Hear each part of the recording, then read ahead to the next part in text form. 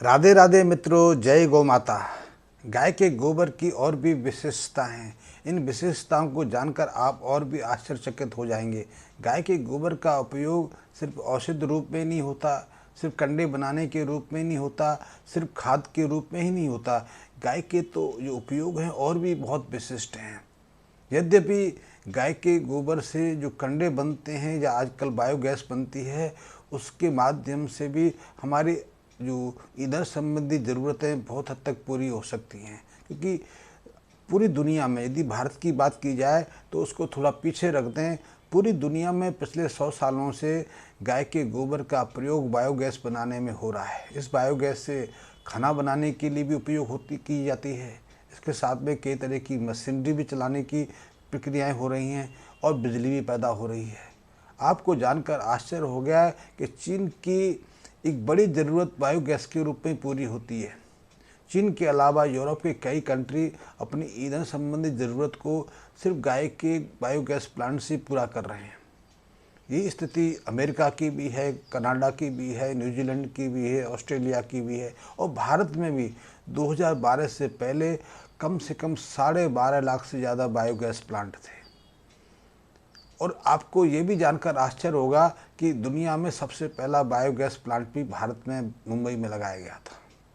उसके बाद दुनिया में बायोगैस की शुरुआत हुई, लेकिन 2012 के बाद हमारे देश के अधिकतर बायोगैस प्लांट निष्क्रिय होते चले गए, बंद होते चले गए, कारण कुछ भी रहा हो, लेकिन वो अब प्रयोग में नहीं आते। इतनी बड़ी संख्या में बायोगैस प्लांट की संरचना होने के बावजूद भी हम ईंधन के लिए दूसरों के सामने हाथ फैलाते रहे और हमारे यहाँ वही बायोगैस प्लांट जो दुनिया में आज बहुत अच्छी सफलतम दर दे रहे हैं वो निष्क्रिय हो गए। कारण कुछ भी रहे हों, लेकिन गाय के गोबर की उपयोगिता को एक इस परिदृश्य में भी देख सकते हैं। यदि ईंधन के रूप में इसका प्रयोग किया जाए तो उसके माध्यम से भी हम अपनी बहुत सारी ज़रूरत को पूरा कर सकते हैं। लेकिन इसके अलावा भी गाय के गोबर में विशिष्टता हैं। खाद की विशिष्टताओं पर तो मैं नियमित रूप से आपको कई तरह की जानकारी देता रहता हूँ। इससे हम अपने खेतों में उत्पादकता बढ़ा सकते हैं, अपनी फसलों को कई तरह के जीवाणुओं से, विषाणुओं के प्रकोप से बचा सकते हैं, कई तरह के कीट पतंगों से सुरक्षा प्रदान कर सकते हैं। कि ये दो ऐसी चीज़ें हैं जो फसलों पर बहुत दुष्प्रभाव डालती हैं। इसके कारण हर साल, मैं भारत की बात करूं तो 15 से 20% फसलें पकने से पहले ही नष्ट हो जाती हैं, समाप्त हो जाती हैं। तो इनको हम सिर्फ गाय के गोबर के माध्यम से सुरक्षित रख सकते हैं, क्योंकि गाय के गोबर में ऐसे गुण हैं जो जीवाणुओं से सुरक्षा प्रदान करता है, रोगों से मुक्त रखता है और किसी तरह के कीट पतंगों को फसलों के ऊपर आक्रमण करने से रोकता है। आपको ये भी जान के आश्चर्य होगा कि आजकल टिड्डियों का बड़ा प्रकोप रहता है। वो साल में 1-2 बार कहीं ना कहीं अपना भयंकर आक्रमण करती हैं। भारत में भी ऐसे आक्रमण होते रहते हैं, क्योंकि जब से भारत में हमने गाय के गोबर का, गौमूत्र का प्रयोग अपने खेतों में घटाया है, सीमित किया है, तब से टिड्डियों का प्रकोप हमारे ऊपर हावी होने लगा है। और टिड्डियाँ तो आती हैं सऊदी अरब या रेगिस्तानी इलाके से, और उन्हीं इलाकों में गाय का सर्वाधिक प्रयोग किया जाता था। राजस्थान में आज भी गायों की संख्या हमारे देश के दूसरे राज्यों की तुलना में सबसे ज़्यादा है।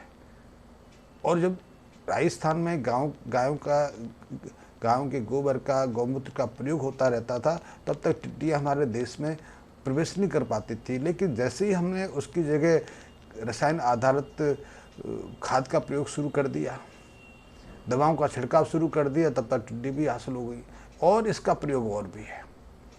गाय के गोबर का तो औषधि रूप में प्रयोग भी है। स्किन संबंधी कई तरह की बीमारियों से मुक्ति दिलाता है। आपको बालों की समस्या है, आपको त्वचा संबंधी समस्या है, तो उससे भी मुक्ति दिलाता है। और एक प्रयोग जो बहुत ही अद्भुत है, शायद उसके बारे में हम में से कम लोगों को जानकारी होगी, वो लाभ है कि यदि किसी व्यक्ति को पैरालिसिस हो जाए, ब्रेन स्ट्रोक के बाद पैरालिसिस होता है, इसके बाद शरीर का एक हिस्सा काम करना बंद कर देता है, व्यक्ति अपंगता का जीवन जीने पर निर्भर आ जाता है। वो अपने हाथ से किसी चीज़ को पकड़ भी नहीं पाता, यहाँ तक कि भोजन करने में भी मुश्किल होती है, उसको उठने चलने में भी परेशानी आती है। कई लोग तो पैरालिसिस से इस हद तक पीड़ित हो जाते हैं कि उनकी एक आंख खुली की खुली रह जाती है, उसमें आंसू टपकते रहते हैं या बार बार इन्फेक्शन होता रहता है, बोलने में परेशानी आती है, मुंह से जो लार है वो टपकती रहती है या निगलने में परेशानी आती है। तो ये जो पैरालिसिस की समस्या आज के समय तो एक सबसे बड़ी समस्या बनती जा रही है। यदि भारत की बात करें तो आज भारत में हर साल 70 लाख से ज़्यादा लोगों को पैरालिसिस अटैक आ रहे हैं, क्योंकि हमारे कई कारण हैं। स्वास्थ्य विशेषज्ञ क्या कारण बताते हैं, उनकी अपनी अनुभूति है, अपने अनुभव हैं। मेरी अपनी अनुभूति है कि पैरालिसिस अटैक का एक कारण तो यही है कि हम स्ट्रेस में जीने लगे हैं, और स्ट्रेस के कारण ही आधे से ज़्यादा वयस्क आबादी अब हाई ब्लड प्रेशर की मरीज है। पहले हम सुनते थे कि बहुत सारी स्त्रियां होती थीं, बहुत सारे पुरुष भी होते थे जो बताते थे कि उनका ब्लड प्रेशर घट जाता है, वो निम्न ब्लड प्रेशर के रोगी हैं। लेकिन अब उल्टी स्थिति है, अब निम्न ब्लड प्रेशर का तो सुनने को ही नहीं आता, क्योंकि अधिकांश लोग हाई ब्लड प्रेशर से पीड़ित हैं। और जब ये हाई ब्लड प्रेशर एक स्तर को पार कर जाए तो उससे मस्तिष्क की, ब्रेन की कोई आर्टरी फट जाती है। फटने से वहाँ रक्त का रिसाव होता है, तो मस्तिष्क का वो हिस्सा काम करना बंद कर देता है, काम नहीं कर पाता, तो उससे संबंधित जो अंग हैं वो पैरालिसिस होते हैं, निष्क्रिय पड़ जाते हैं। इसका आधुनिक शरीर शास्त्र में, औषध विज्ञान में उपाय खोजे गए हैं, लेकिन आप यहाँ तहाँ बहुत सारे लोगों को वॉकर के साथ चलते फिरते देखेंगे। आपको ऐसे मरीज आपको हर जगह मिल जाएंगे। एक तरफ उपाय है, इलाज है, इलाज पर लाखों रुपए का खर्चा है, लेकिन फिर भी ऐसी स्थिति। और आपको जानकर आश्चर्य ये भी होगा कि 1/3 जो ब्रेन स्ट्रोक के मरीज हैं वो तो 24 घंटे से पहले ही मृत्यु को प्राप्त हो जाते हैं। लेकिन इसका समाधान है। इसका समाधान पुराने वैद्य लोग करते थे, वो आज भी। आजकल तो वैदिक की प्रक्रिया थोड़ी मिट गई है, लुप्त होती चली जा गई है, लेकिन ऐसे प्रयोग होते थे, वो भी गाय के गोबर के माध्यम से। कुछ वैद्य लोग जो पैरालिसिस का चिकित्सा करते थे, वो एक गड्ढे के रूप में गोबर का ढेर रखते थे, और जब गोबर का ढेर कर देते हैं तो उसका अंदर का तापमान अचानक थोड़ा बढ़ जाने लगता है, वो 32, 33, 34 तक क्रॉस कर जाता है। तो वो ऐसे पैरालिसिस मरीज को, जिनको पोलियो, उनको पैरालिसिस का अटैक आ गया, लकवा का अटैक आ गया है, उसको उसकी स्थिति के अनुसार कुछ समय के लिए, कभी 20 मिनट के लिए, 30 मिनट के लिए, 35 मिनट के लिए, अधिकतम 45 मिनट के लिए उस गोबर के जो ढेर था उसमें खड़ा कर देते थे, बैठा देते थे। तो वहाँ कुछ ऐसी क्रियाएं होती थी। पहली क्रिया तो यही होती थी, गोबर की विशेष गंध उनकी नाक में जाती थी, मस्तिष्क पर प्रभाव डालती थी, मस्तिष्क के उन केंद्रों को सक्रिय कर देते थे जो अब काम नहीं कर पा रहे हैं, मस्तिष्क के अंदर खून का दौरा बढ़ा देती थी। ये नियम है, ये आप खुद भी इसका अनुभव कर सकते हैं। दूसरा, गोबर के अंदर ऐसे रसायन हैं जो स्किन के माध्यम से, त्वचा के माध्यम से शरीर में पहुँच के अपना प्रभाव डालते हैं।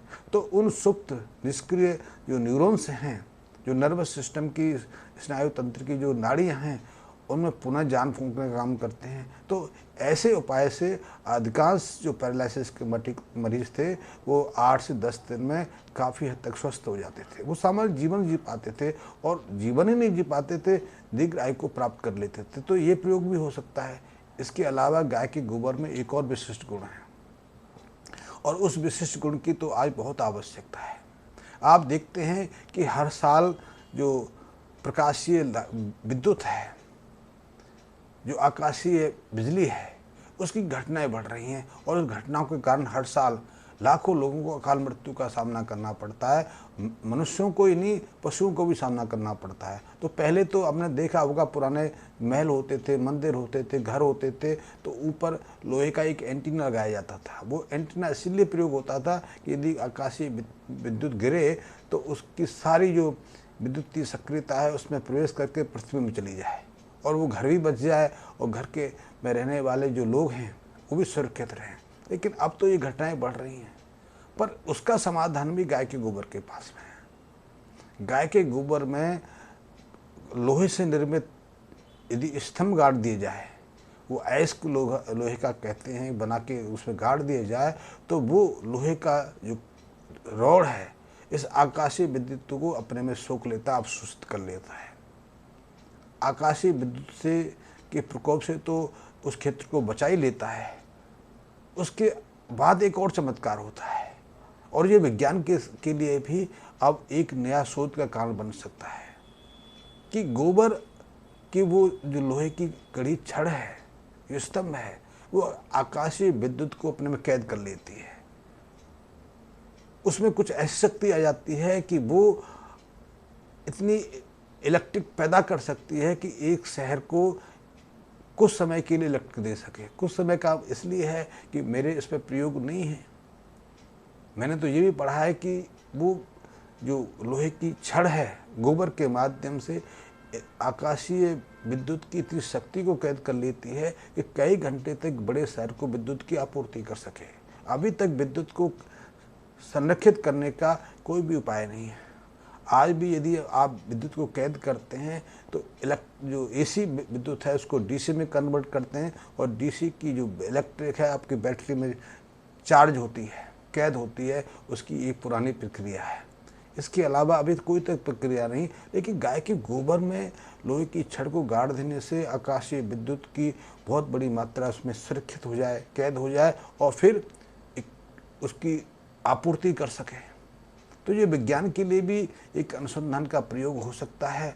यदि आप वैज्ञानिक हैं, आप विज्ञान में रुचि रखते हैं, तो इस प्रयोग को आगे बढ़ा सकते हैं और इसके यथार्थ को, सत्य को परिभाषित कर सकते हैं कि इसमें किसके पीछे कितनी सटीकता है, प्रमाणिकता है। और फिर इसके आधार पर आप ये भी प्रमाणित कर सकते हैं कि हमारे मनीषी, हमारे जो बुजुर्ग थे, हमारे जो पूर्वज थे, उस किस वैज्ञानिक सोच के थे, या उनके मस्तिष्क में ऐसे विचार कहाँ से आते थे। क्योंकि 1000 साल से तो हम गुलामी में रहे, 1000 साल से तो हमारे यहाँ सारा शिक्षा तंत्र ही डिस्टर्ब हो गया। लेकिन ये है कि हमारी स्वभावता एक प्रक्रिया है, सीखने की ललक हमें रहती है। हम कोई भी काम करें, नया काम सीखने में हम हिचक नहीं दिखाते, और फिर उसके बाद अपनी बुद्धि का भी प्रयोग करते हैं। इसलिए आपने किसानों को भी देखा होगा, जब उनकी खेतों में हल मिट जाती है, थोड़ा थकी उसे मुक्ति पा लेते हैं, तो चौपाल पे गप्पे मारते हैं। लेकिन गप्पे मारना उनका समय पास करना नहीं है, अपने अनुभव को बांटना है। जो कार्य एक जो स्कॉलर यूनिवर्सिटी में जाके करता है, वही कार्य किसान अपनी चौपाल पे कर लेते हैं। तो उनके प्रयोग और अद्भुत है। इस विषय में फिर कभी चर्चा करूँगा। धन्यवाद।